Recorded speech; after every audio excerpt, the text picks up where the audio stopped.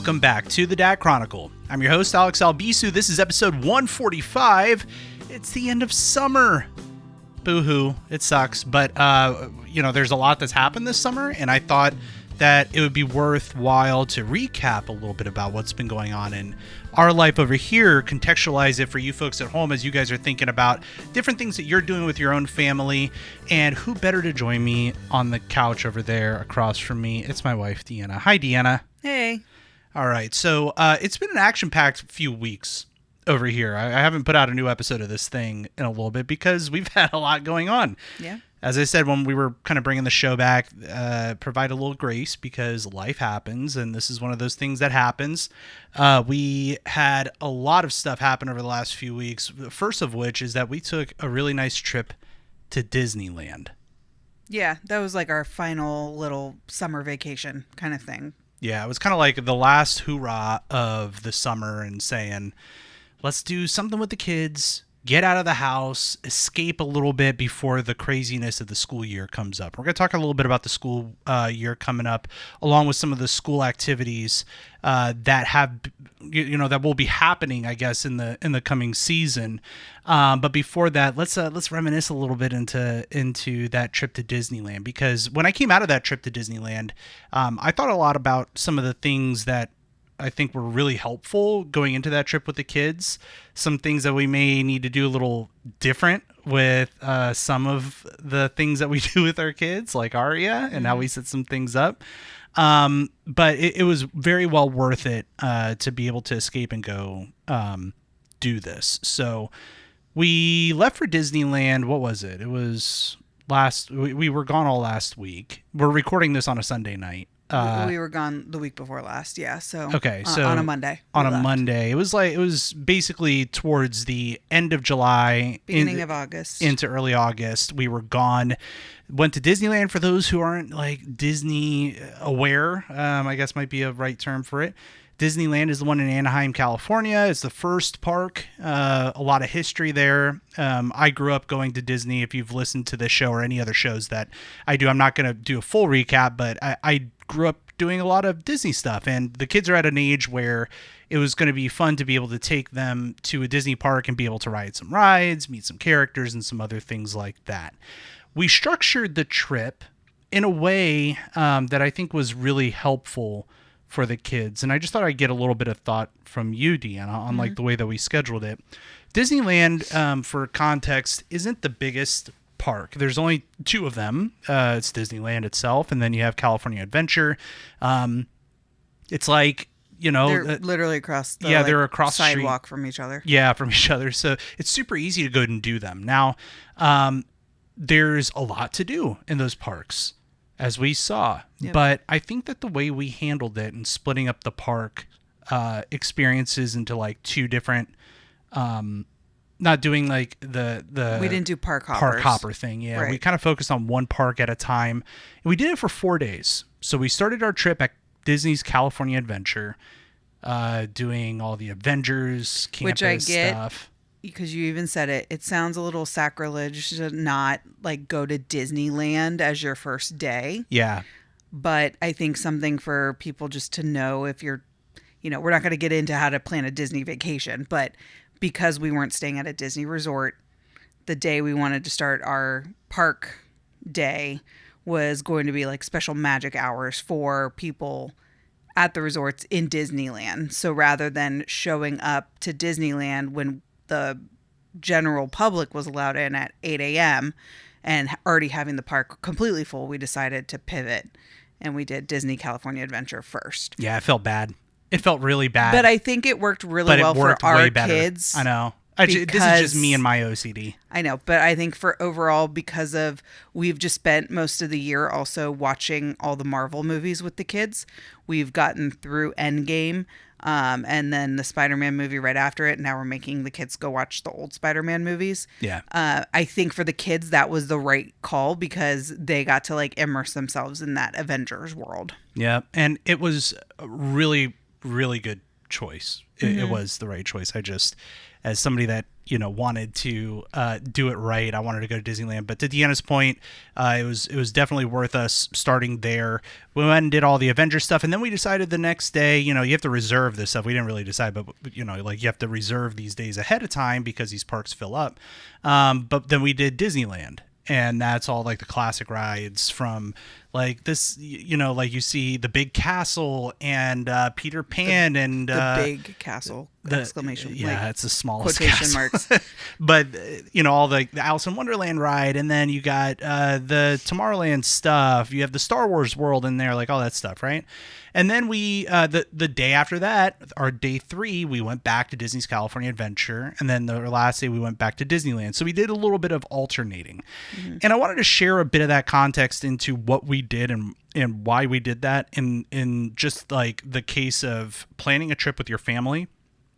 One of the things that I took heed of, like when I was talking to my mom about this, because she's a big fan of Disney, it's a big reason why I really have an appreciation for the company, for all the things that they do and its impact on, being able to like bring your kids around some of like their favorite things. Like I think that they are just masters at storytelling and so much more.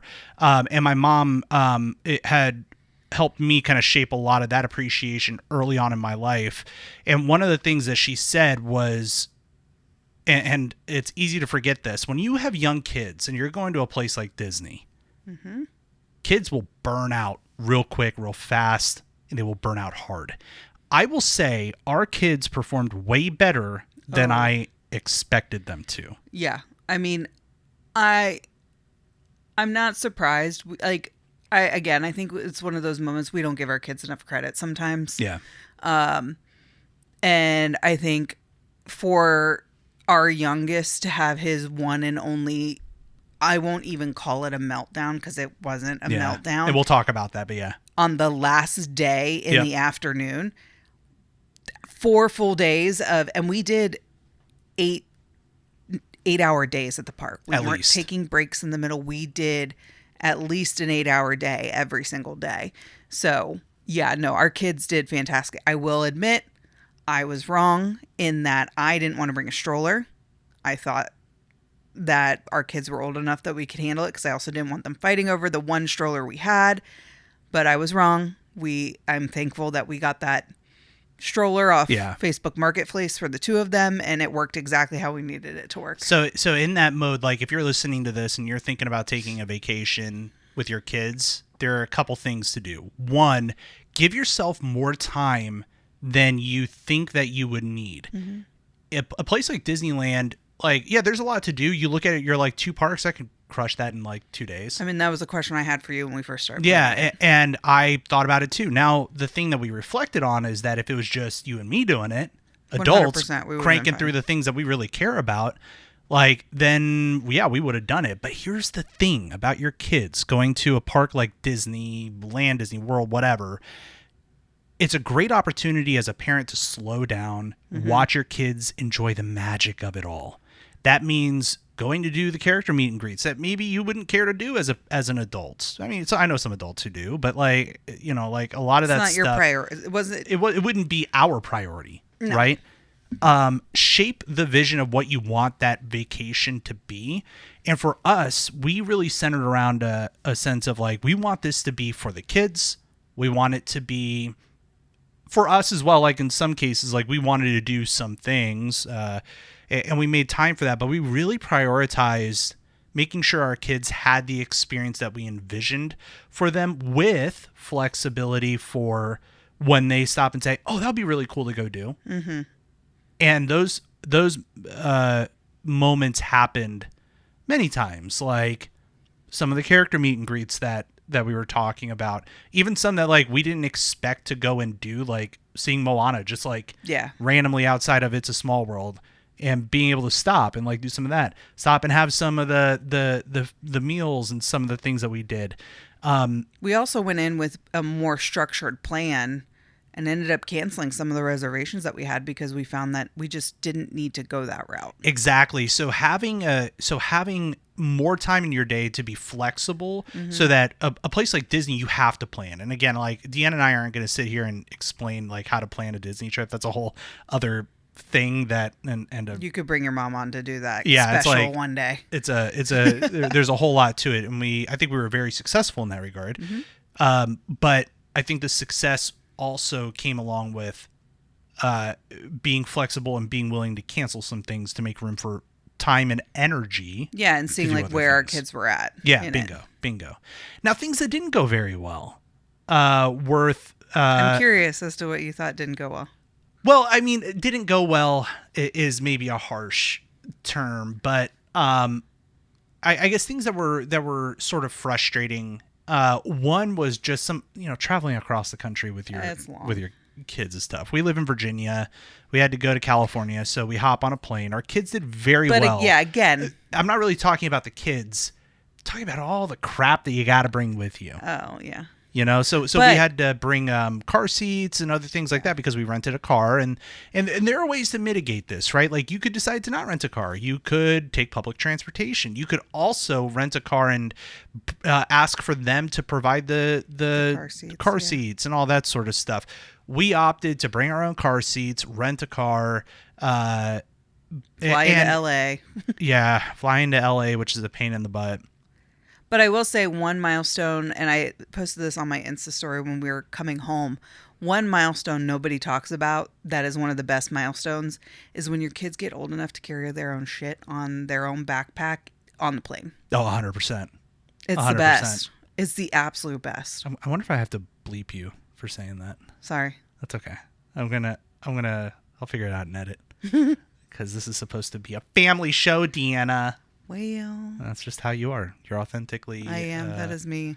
Who you are. No, in all seriousness, no. I think that's a really good point.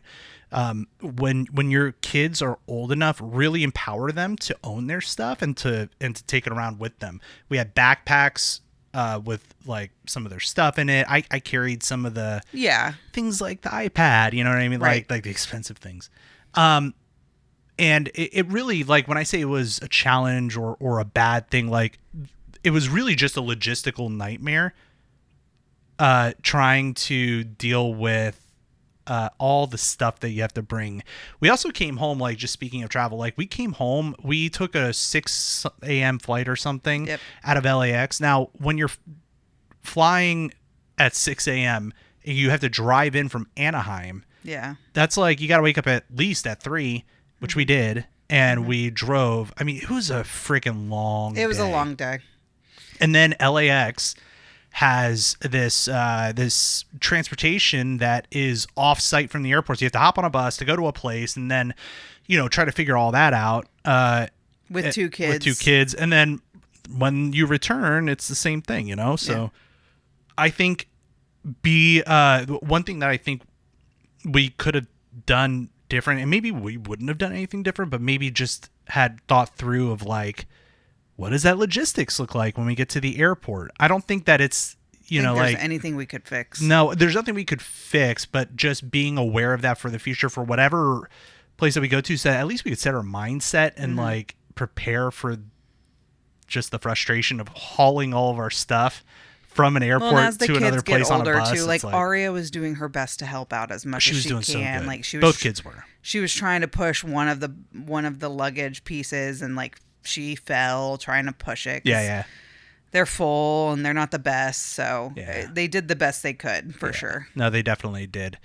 But that was probably the extent of it from a transportation perspective.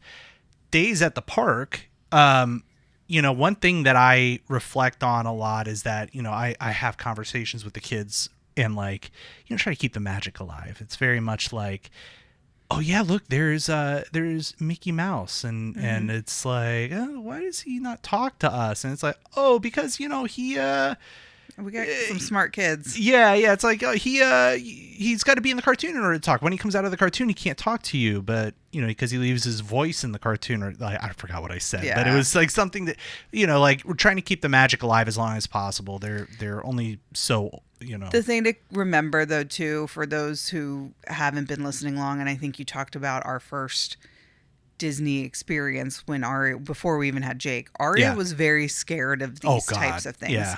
So and by these I mean characters and like mascots and stuff. So we kind of had to like have a heart to heart with her on like, it's just a person in a costume.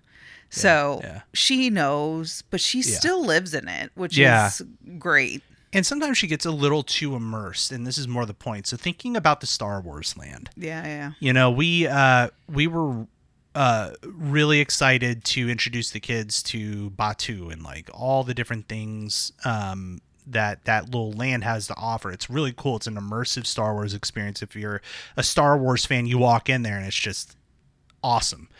We took her on Rise of the Resistance. If you're not familiar with that ride, it is essentially you have to escape the planet that you're on to try to go to a resistance base somewhere else, and then you get intercepted by the First Order, and then you have to escape the First Order, and it's like this really immersive experience, including hopping on a ship that gets like a tractor beamed onto a Star Destroyer, and you have to escape. And there's a lot to it where you're like, whoa, this is wild. And you come face to face with Kylo Ren a couple times, like. And that could be kind of intimidating if you're 8 years old, with a crazy imagination. So she did not take that ride very well. No, I was with her for most of that ride, and when we got into the actual ride, because a good portion of the experience you're just walking through. Yeah. And when we got into the little car part of the ride, I legitimately had to lean over to her and be like, "You are okay. This is fake. You are okay." For the majority of the ride. And she just was sobbing her eyes out. Yeah. It was like a little too real. Lesson learned from that is take the time to read your kids and understand. Like, one of the cues that I took from Aria was she was like, is it really? Like, she kept asking me when I was trying to answer some questions kind of slyly around, she was asking like how something worked, and I would give her kind of like a false answer just to kind of say a lie. I'm trying to spin this, false but answer. You would lie. The thing is, you would lie to her to try and keep the magic alive. Yeah, and but it was really in her just world. That. She needed to know the truth. And for me, I should have taken that as no. She really needs to just be grounded for a second. Grounded in reality. And I think that if you have a kid like Aria, I think who's very impressionable and easy to just get wrapped up in things, you should take the opportunity to explain some of the things to her that she's going to be seeing prior. Like, this is the little girl who absolutely, positively loved the Guardians of the Galaxy Tower of Terror ride. Like, can't stop talking about it. Scared to death of Haunted Mansion. Yeah. And the reason being is that we explain that, it's a ride that goes up and down and up and down. It's like an elevator ride that goes up and down. She kind of understood. A Haunted Mansion, she just was thrown into this world without any idea of like what to expect. No, but not even that. We actually didn't really tell her what the ride was going to do. She watched a couple YouTube videos, but I talked to her about that one. But this was also her like at least 5th or 6th time on Haunted Mansion in her life. She just doesn't like what's around her. Yeah, I think it's the immersion piece. Yep. So take the time to talk it through and share that, especially if it's going to, it's like not ideal if you want your kid to kind of enjoy things for what they are. But I mean, the reality is that I think she's a pretty literal. But with that, I think one of the things we really did do well was focus on what one kid, normally we'd come off a ride and one kid would love it, the other kid wouldn't.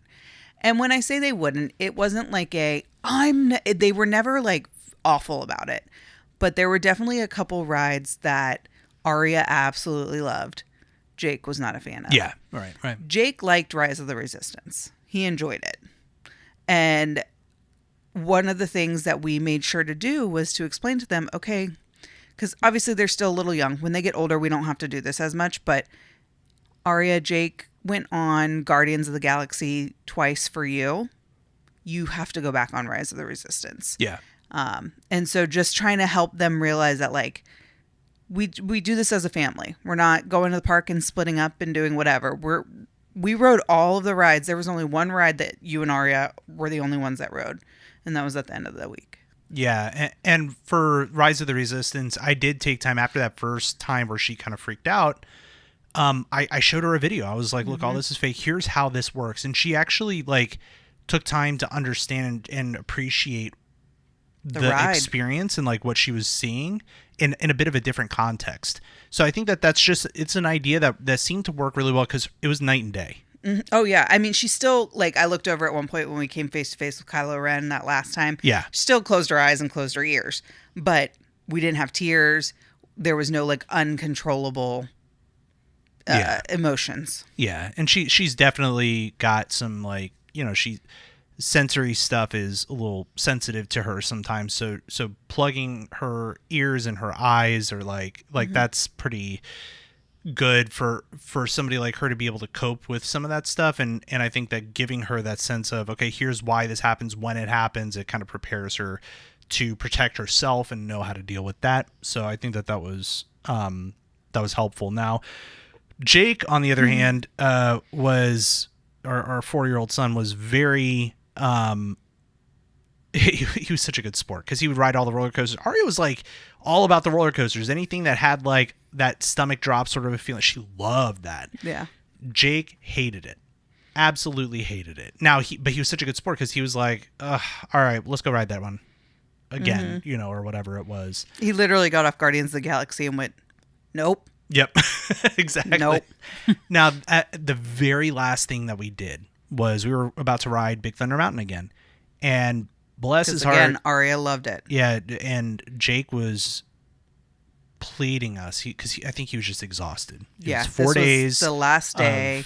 8 to 10 hour days, at least 8 to 10 hour days. And he wanted to just relax and not do anything. Originally we thought he wanted to ride the Haunted Mansion again. So we had said, okay, Jakey, if you go on Big Thunder Mountain with Arya again, then Arya will have to go on Haunted Mansion with you. And I think the moment you and I knew he was done was he was like, I just want to go back to the hotel. Yeah, he was tired. So, and he started to kind of cry. Yeah. Like, I saw him about to actually, like, lose it. The kids hadn't lost it once. I mean, minus some of the things that were talked about, like, yeah. But that like meltdown moment. We had for zero Jake, meltdowns in the middle of the park. Yeah, it was kind of crazy. So we were like, okay, I get it. And again, this is taking cues from your kids. And one thing that I think a lot about in the way that I grew up, and this is just a thing that might work for people who are listening, is, and I know plenty of people that do this as well, they will take breaks in the middle of the day. Maybe they show up when the park opens around lunchtime. They'll leave the park, go somewhere else, grab some lunch, just rest, maybe take a couple hour nap, and then go back for a while. And we ended up just powering through the day. We decided not to because, frankly, getting in and out of the park is kind of a pain in the butt. It is a pain. It was also just one of those things that was so hot that I can't imagine us leaving and like making the decision to go back. Yeah, we were, and like, you go, what do? You go back to your hotel and you're sleeping in your sweaty clothes on the bed that you're right. Like we were were staying in like a 2-bedded hotel room. Like, what else were we gonna do? So that ended up working out well for us, but just know that that's like an option. If you have kids at different energy levels, that you can do that. So, but all in all, Disney was a huge hit. Like, what do you think was like the biggest highlight for you as it pertains to like the experience of being a parent watching your kids at Disney?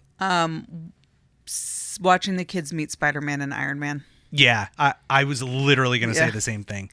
That also, like the Mickey and Minnie. Yeah, Mickey and Minnie were like, big ones too. That was really cool. They have, man, that Avengers campus is cool though.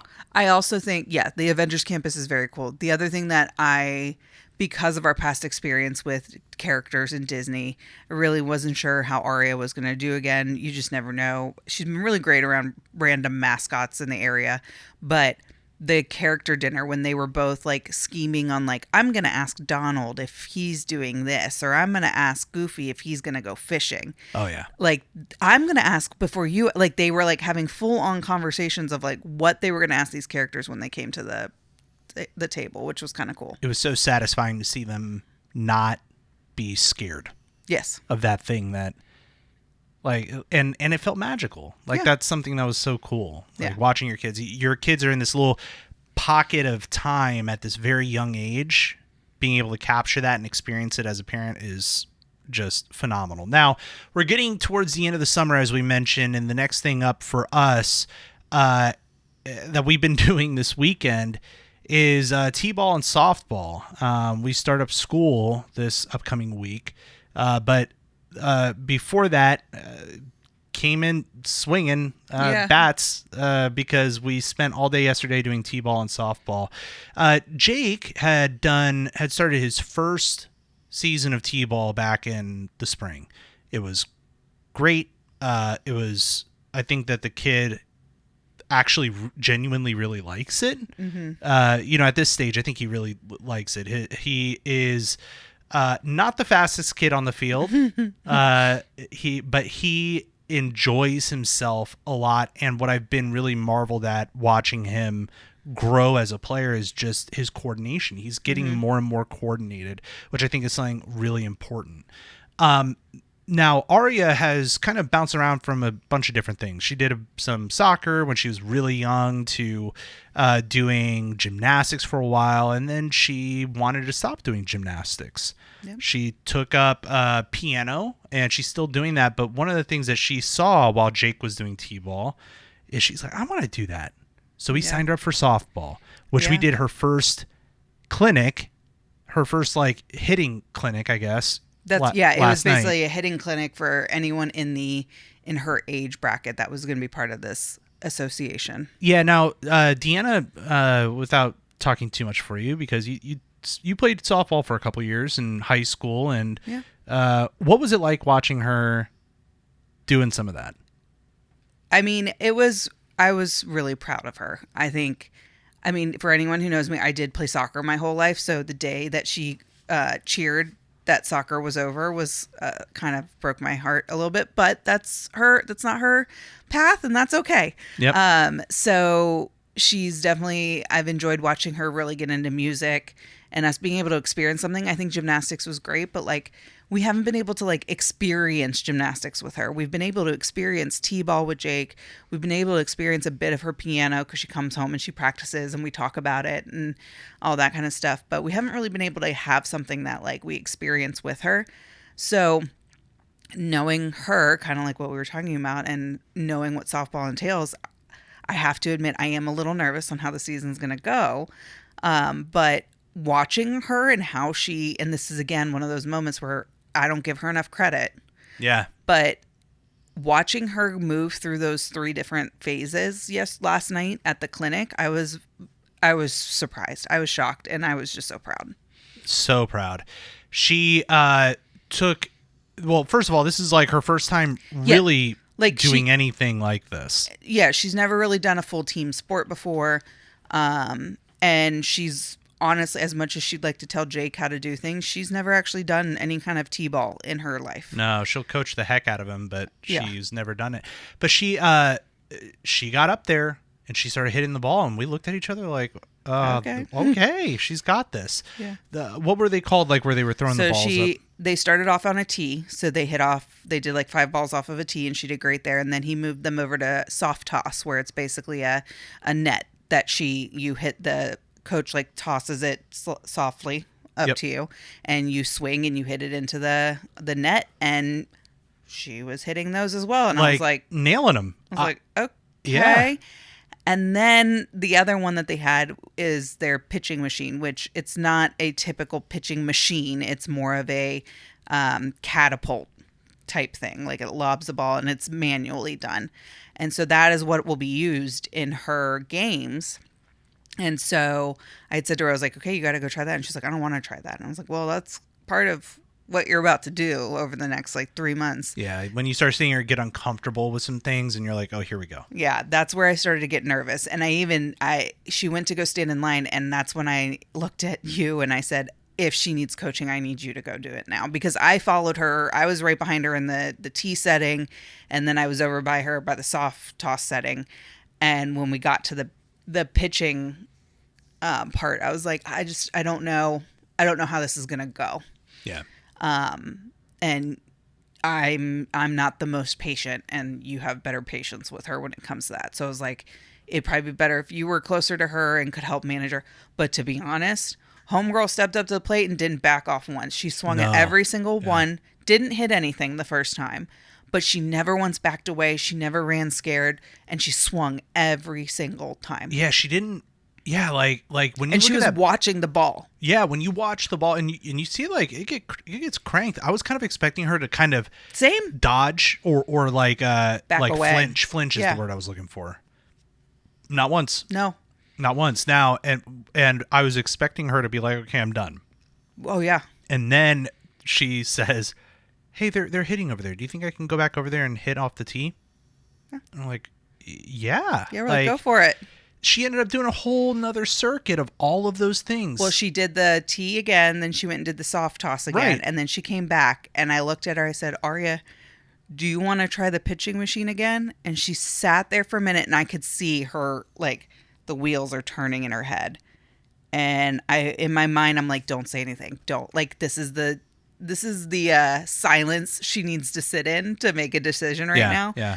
And she was like, yeah, I will. I'm like, okay, let's go. Yeah, and I had to check myself because truthfully, I was like, okay, I guess like we're done, like we're ready to go. It's past time, like everything, but she still felt like really engaged.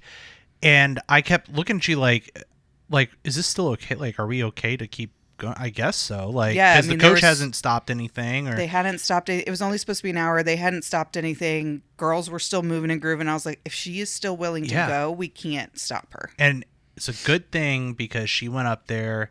She made contact twice. She made contact twice It was out of, I so think, good. 4 balls. Yeah. And, I mean, when we say made contact, I don't want anyone to think that she's like... She's cranking them out. Yeah. No. But the ball hit the bat.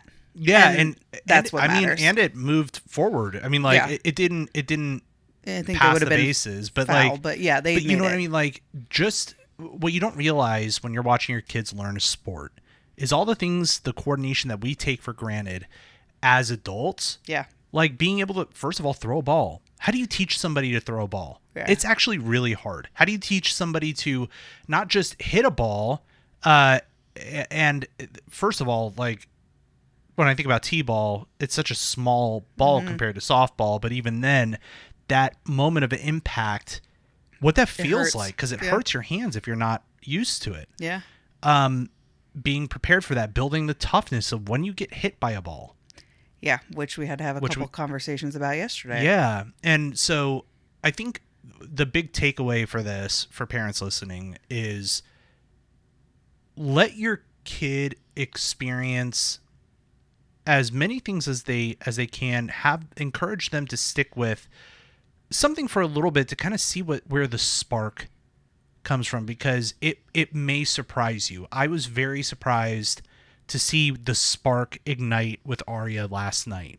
Yeah, I think this also goes back to like reading your children. Yeah. Because I think you and I went into that thinking we'll be there for an hour and we're done. And it'll be exactly an hour because she's going to want to be out of there as soon as she can. Yeah. And that was unfair. That was unfair of both of us. And who knows how the rest of the season is going to go.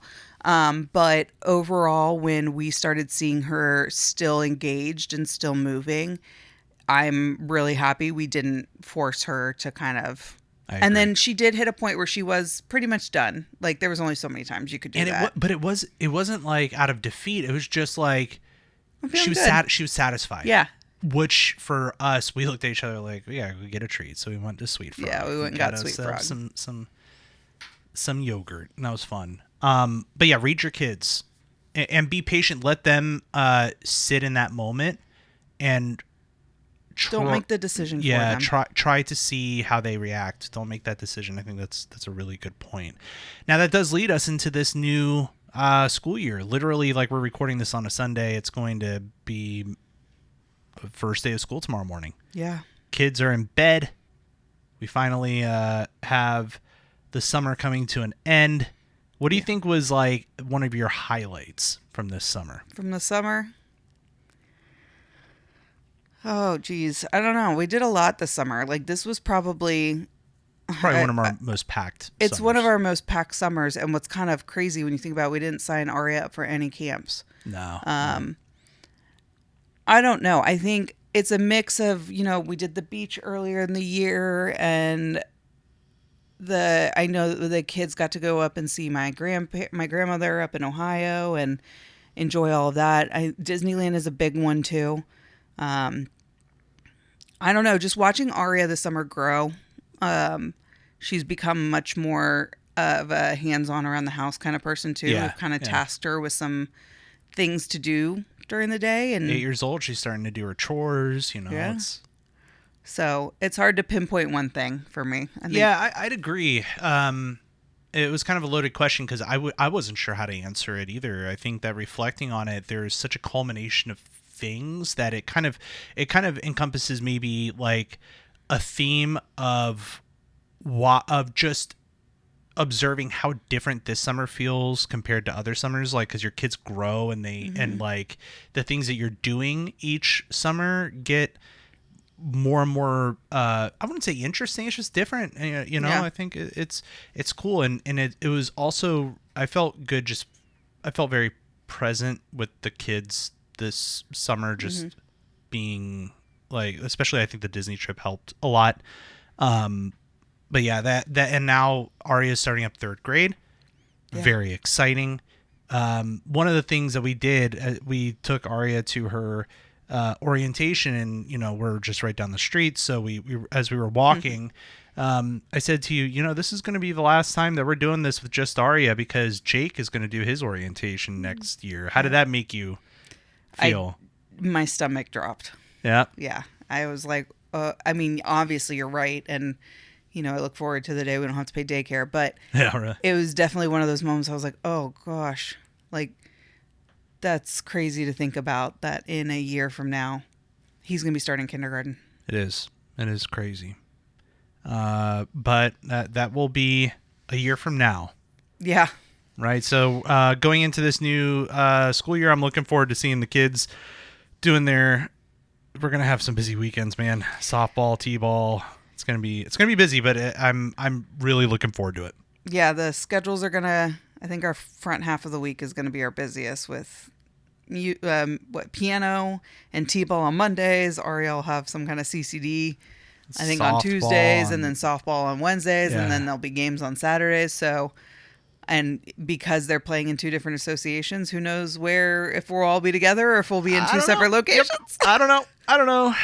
We signed everything up and we looked at each other like, all right, let's just see how this goes. Yeah. It's kind of like lead with some blind faith here that the universe will make all of the scheduling stuff work. So yeah. Anyway, looking forward to doing this over the next year. Deanna, thank you for being here. Thanks for having me. Yeah, and if you'd like to chime in on anything that we've talked about or ask any questions, feel free to email the Dad Chronicle podcast at gmail.com. You can listen to other episodes over at thedadchronicle.com, and make sure that you're subscribed to your favorite podcatcher. And if you'd like to support what we're doing, make sure to head over to supportadad.com, become a patron, and even $1 a month helps tremendously as we pay for the operational costs of a show like this that's supporting dads around the world. All right, Deanna, would you like to say goodbye? Goodbye, everyone. Thanks for listening. Thanks, friends. We will see you next time. Be good to yourselves. Be good to others. If you like this show, check out more great content at incastmedianetwork.com.